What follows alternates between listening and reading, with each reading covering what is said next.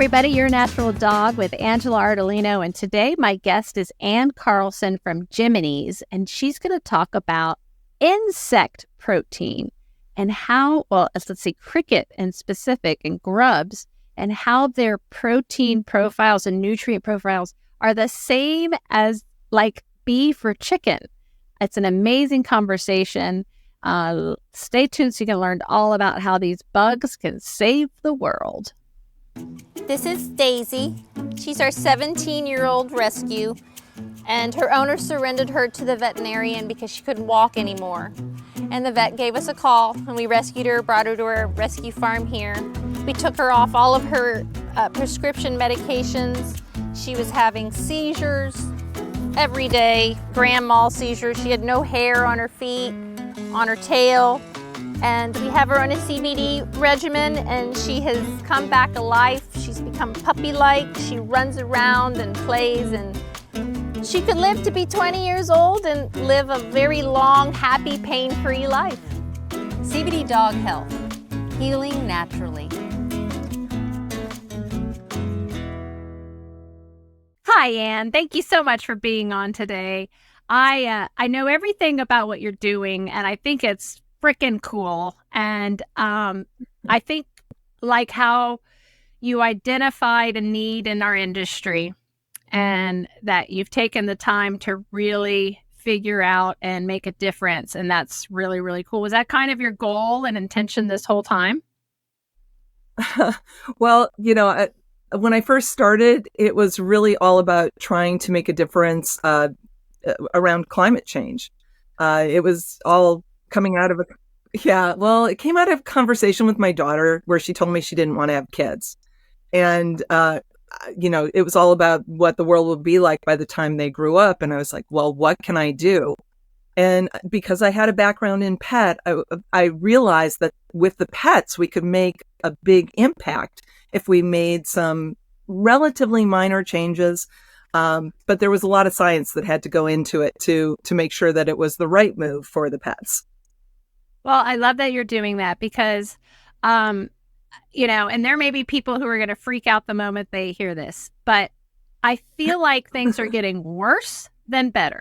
We all, in our little holistic community, we know kibble is shit. We know we're not feeding our dogs kibble.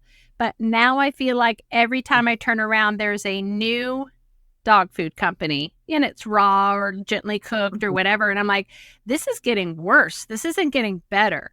And, people are so stuck on what we have to feed our animals that, it has to be, they have to get their protein from another animal type of thing.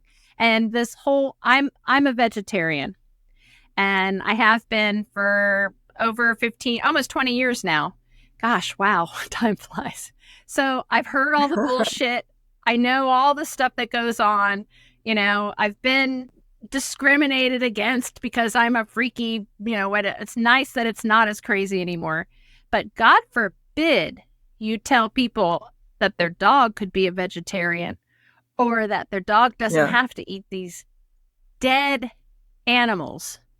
These are dead animals we're feeding our animals. But everybody's okay with that. But God forbid you bring up something else. I can't remember if you're a vegetarian or not, but how often I get asked, how do I get my protein?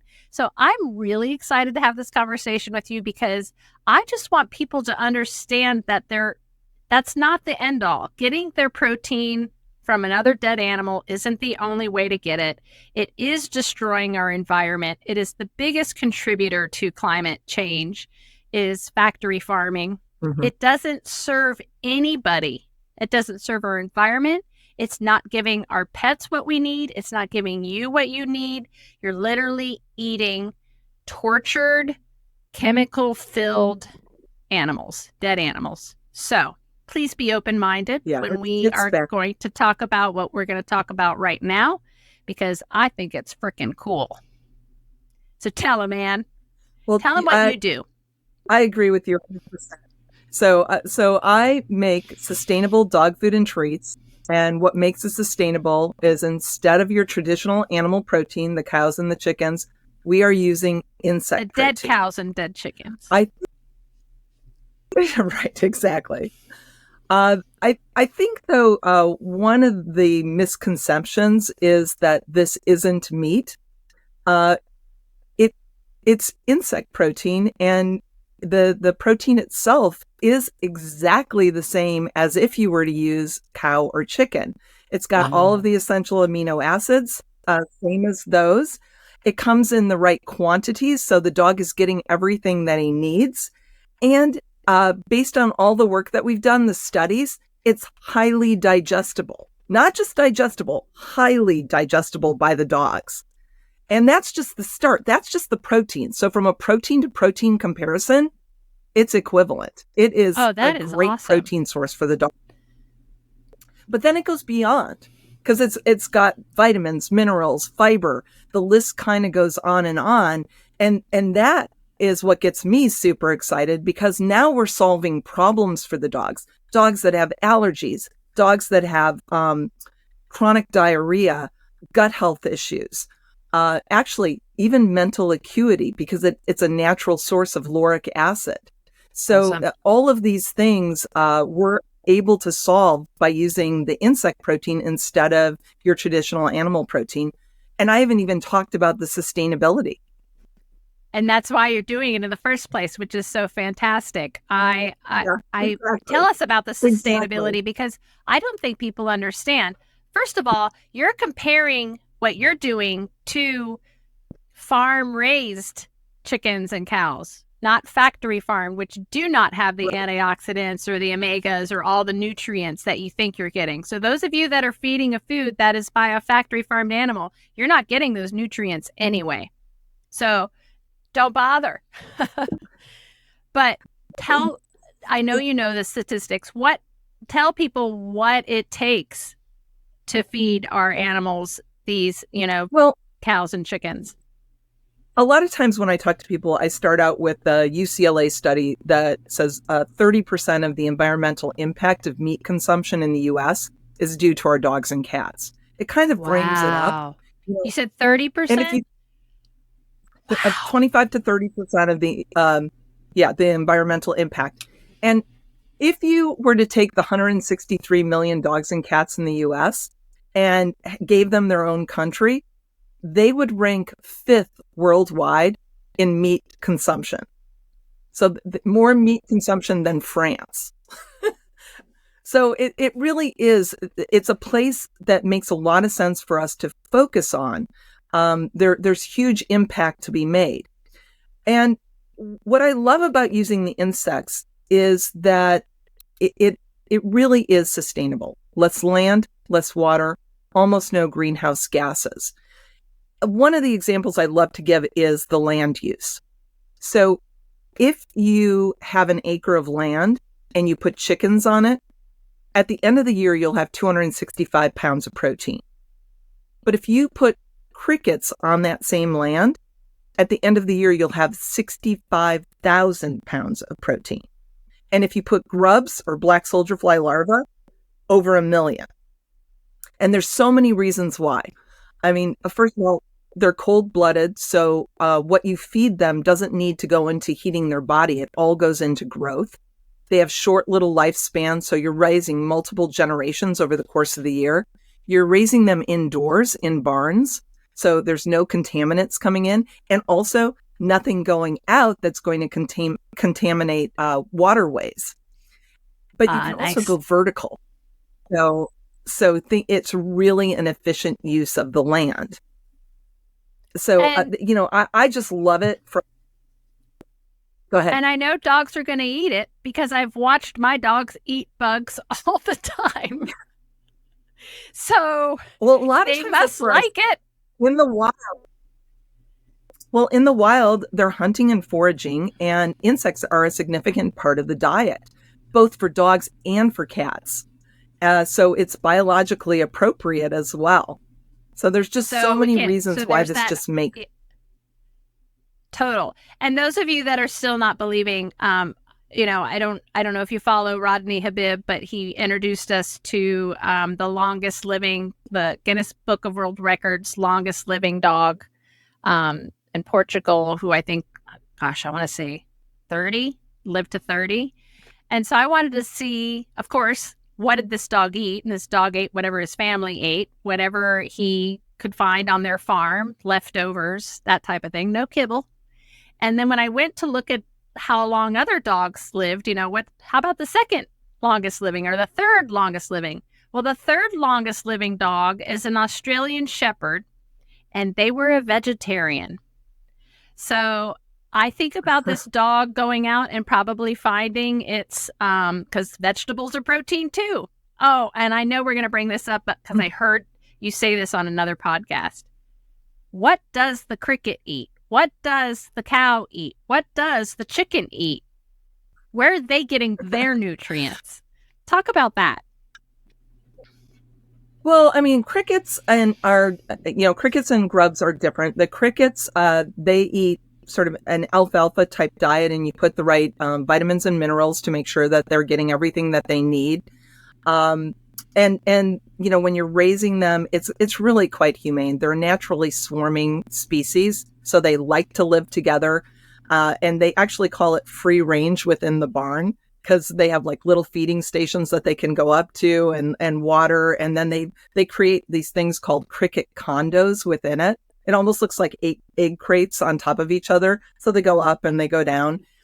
The grubs are a little bit different. Grubs, which are black soldier fly larvae, they are these incredible eating machines. And what we're able to feed them are pre-consumer byproducts. So waste streams that are coming out of other CPG companies. So a lot of our grubs are actually coming from Kentucky, and they're right near a bourbon manufacturer. So they're pulling the spent grains and the stillage from the bourbon. There's also a Keebler plant down the way. They're pulling the dough from that they can't use. They combine it with the right vitamins and minerals, and then that becomes the feed for the grubs. So this is what's really cool about that is it's things that would have ended up in landfill are being used to feed the grubs and creating this wonderful protein source. So it's a great example of circular agriculture. I have a question for you. Grubs, if you freeze dry them and then they get liquefied, they don't come back to life, do they? Oh, can God, they? No. No. Because I just started feeding my chickens grubs, and one thing I threw them into a little dish, and then I looked down, and there were millions of them on the thing. So it just so happened that they planted those grubs right there. So I literally was scooping up the dirt because they were eating the grain that had fallen on the ground and got wet and whatever. So that's where they were laying the eggs and then eating. And I was like, this is weird. I've got dried ones in the dish and live ones on the ground. This is crazy. What is this? I'm wondering if you got some eggs. Oh, possible. Go ahead. Possible. So Maybe. Is this something I don't know that if they the eggs can... would survive that. Right. Is this something that we can feed them, our dogs every single day? Oh, absolutely. I mean, think about it. If the protein is absolutely equivalent to a chicken or a beef, it's the same. It is absolutely the same. How did you prove that? Like, how did you, like, that is so hard for my brain to like comprehend. So how do you prove that? How do you just break it down in a lab and say, look, here it is. This is what you would get from the cow, and this is what you get from the cricket. Yeah. Well, that's where we started. We started by breaking it down in the labs, and we would do batch analysis, and that's part of the process. We actually worked with the FDA when we first got started to say, what do we need to do to prove this out? And we actually adjusted our plan based on their feedback. We went through and did all of the batch analysis on both crickets, and actually we're using grubs now as well.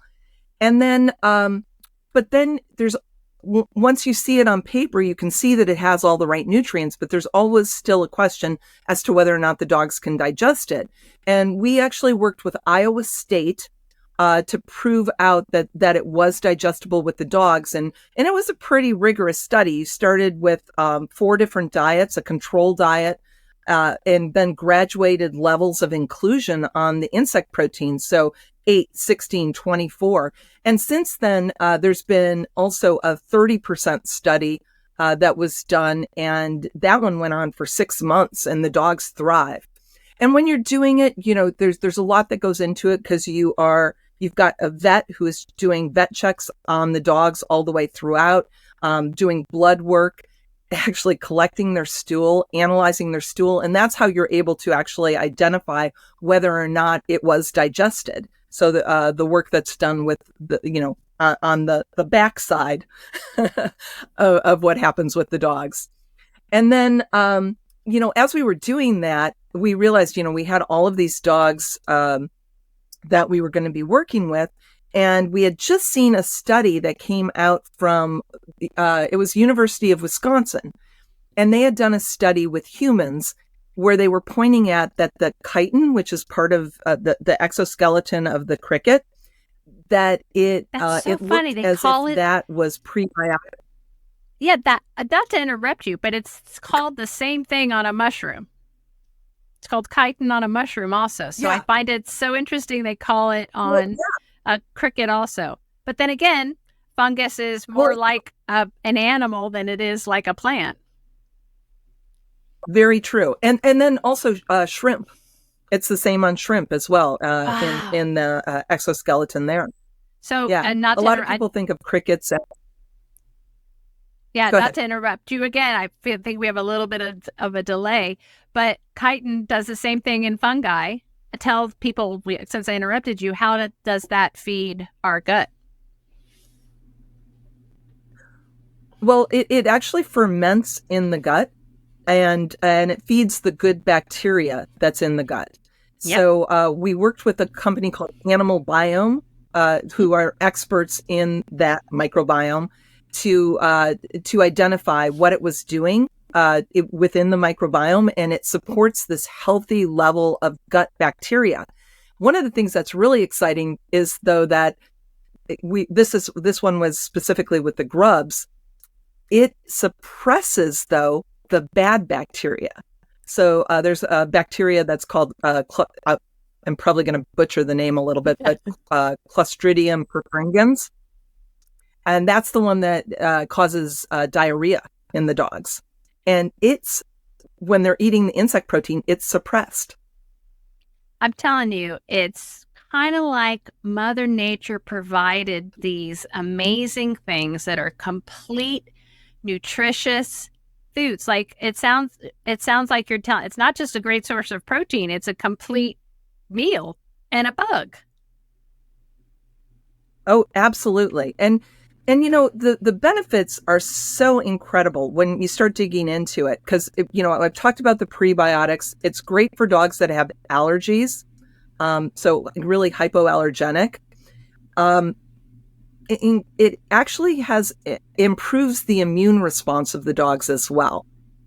And that one is just so crazy. Well, grubs are a rich source of antimicrobial peptides. And, if you think about them, where do you find them in nature? Well, you find them in really inhospitable places. So you find them in manure piles, rotting corpses, things like that. Really terrible places. And as such, they've developed this incredible immune system within themselves. So these antimicrobial peptides suppress the bacteria that can cause problems in the dogs. And what we've seen is that when the dog eats the insect protein, their immune system is improved. There was a study that was done. It was done outside the US. They wouldn't have allowed it here, where they had a control diet and an insect diet. And they then, once they had the dogs on the diets, they introduced pathogens to the dogs. And the dogs that were on the control diet got sick, but the dogs that were on the insect protein diet, they were fine. They actually thrived. Because they're feeding the gut microbiome, which is responsible for our immune system and keeping us healthy. So that totally makes sense. So it's basically better than feeding a cow or a chicken, because you're not having as many of the issues. Because even eating a cow is, well, I guess if you were to eat the cow fur, maybe we would have and the bones, we would have a complete meal. But other than that, I think it's pretty darn incredible that an insect can do this much. You must be thrilled with your findings. Yeah, it's so exciting. Honestly, when I first started, I was all in for the sustainability and really hopeful that it would be just a great protein source. But then, as we've been doing all of the work and the studies, we're just realizing more and more that it really is a superfood. And the protein, just helping people understand from a protein perspective, it's equivalent, and then understanding that then it goes beyond. So the thing that's so exciting about it is from a consumer's perspective, they can feed their dog something that is sustainable, but also incredibly nutritious. There's no compromises. That is perfect. And this may be strange to us, but are in other countries, aren't they eating bugs and feeding bugs to their dogs? I know that at least humans are consuming them. Yeah. It's only strange in the Western diet. There's over 2 billion people who insects are a normal part of their diet every day. And actually, there's over, the latest count I've seen is 2,111 different types of edible insects. That's amazing. To me, it makes sense. There's no harm. Nobody's life is being cut short. Nobody's being held in cages and fed and antibiotics and, everything, hormones and all of that. So to me, it completely makes sense. Even the insects get to live a really long life. When you think about, a chicken, they're harvested 2% of their natural life. Cows, 10% of their natural life. It's very sad. But the insects, the crickets, it's 70 to 80% of their natural life, because they fulfill their purpose in life, which is actually to mate and lay eggs, and then they're harvested. And then the grubs, it's a little less because it's part of their you're harvesting before they become a fly, but it's still way longer than any of these other animals. Right, and if you love your dog, how can you not love a pig and a cow who just the fact that pigs are smarter than our dogs blows my mind. But yeah, to me, I don't see a difference, which is why I don't eat animals. But I just want people to understand that it's not getting better. No. And I find it really interesting when somebody does meet an animal like that. Like, for instance, I'm a vegetarian, but my husband eats meat, but he recently met a pig. And he no longer eats any pork because he was like, that is it's like a dog. I know. And I was like, because you need to now meet a cow. And I think a lot of us think that the cow is, living its whole life out in a field, living its life, and that's not what happens. Or that the chicken's they don't get to live. They don't even get to do anything. They're literally treated as objects. And that's not okay. And you can't be okay feeding your animal that, your dog that, or your cat that, because you can't tell me that a miserable, tortured animal filled with chemicals is going to be healthy for your pet. Yeah. And the thing that really, I think is the topper for me is the impact on climate from raising these animals. It really is terrible, especially from a greenhouse gas perspective. And the insects, they generate almost no greenhouse gases. They don't burp. They don't fart. It's a different kind of animal altogether. So I think that's important. And quite frankly, with what we're seeing right now with the fires and the extreme weather, we need to do something different. And with the way I look at this is if we can reduce the amount of land that we need to grow the protein that we need, and the insects are a fantastic way to do that, we can reclaim land and we can plant trees, and the earth can heal itself, but we need to give it the chance to do that. And can't we end world hunger? I mean, we can eat that these. Is what the UN said. Actually, when I first got into this and I was trying to decide what kind of protein I would use, I looked at a lot of different types of protein. I looked at plant proteins. I looked at small animals, because the smaller the animal, the smaller the carbon footprint. And then as I was doing this, I saw the UN study that said insects could be the answer to world hunger. And they were talking about human consumption. And that was what led me to like order some dry roasted crickets online and try them out with my dogs to see, would my dogs even like it? And the thing that sold me was, as soon as I started giving it to my dogs, they were drooling and following me around. They're like, Wow. oh, this is great. And I was like, okay, we got something here. It's like a Cheeto. So it's like no, a potato chip. Well, but healthy. But with the protein, the dog, Right. yeah, the dogs just dig the protein. So how did it taste? I mean, I'm going to try one now. It tastes good? Yeah, I think it tastes great. I actually, I probably would equate it to like a sunflower seed. That's the flavor that I get.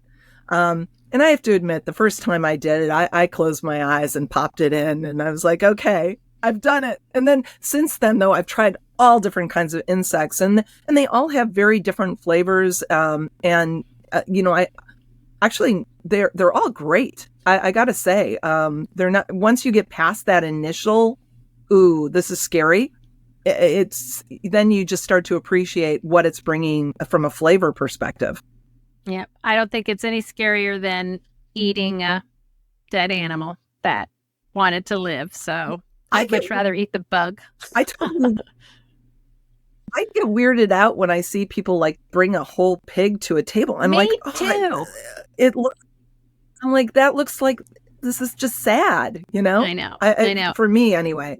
And you understand yeah, why they call it pork instead of a pig or beef instead of a cow, so that we can disassociate it with that living, loving animal. So that makes sense. Yeah. I loved this conversation. This was amazing. Where can people get your food or find out more about it? Well, we're in independent pets stores, and if it's not in yours, please ask for it. But you can find out more on our website. We're Jiminy's, and it's JIMINYS.com. Very cool. Thank you, Anne, for this enlightening conversation and changing the world. Good for you. I'm very happy that you're doing it. Thanks, Angela. Really appreciate it. You bet.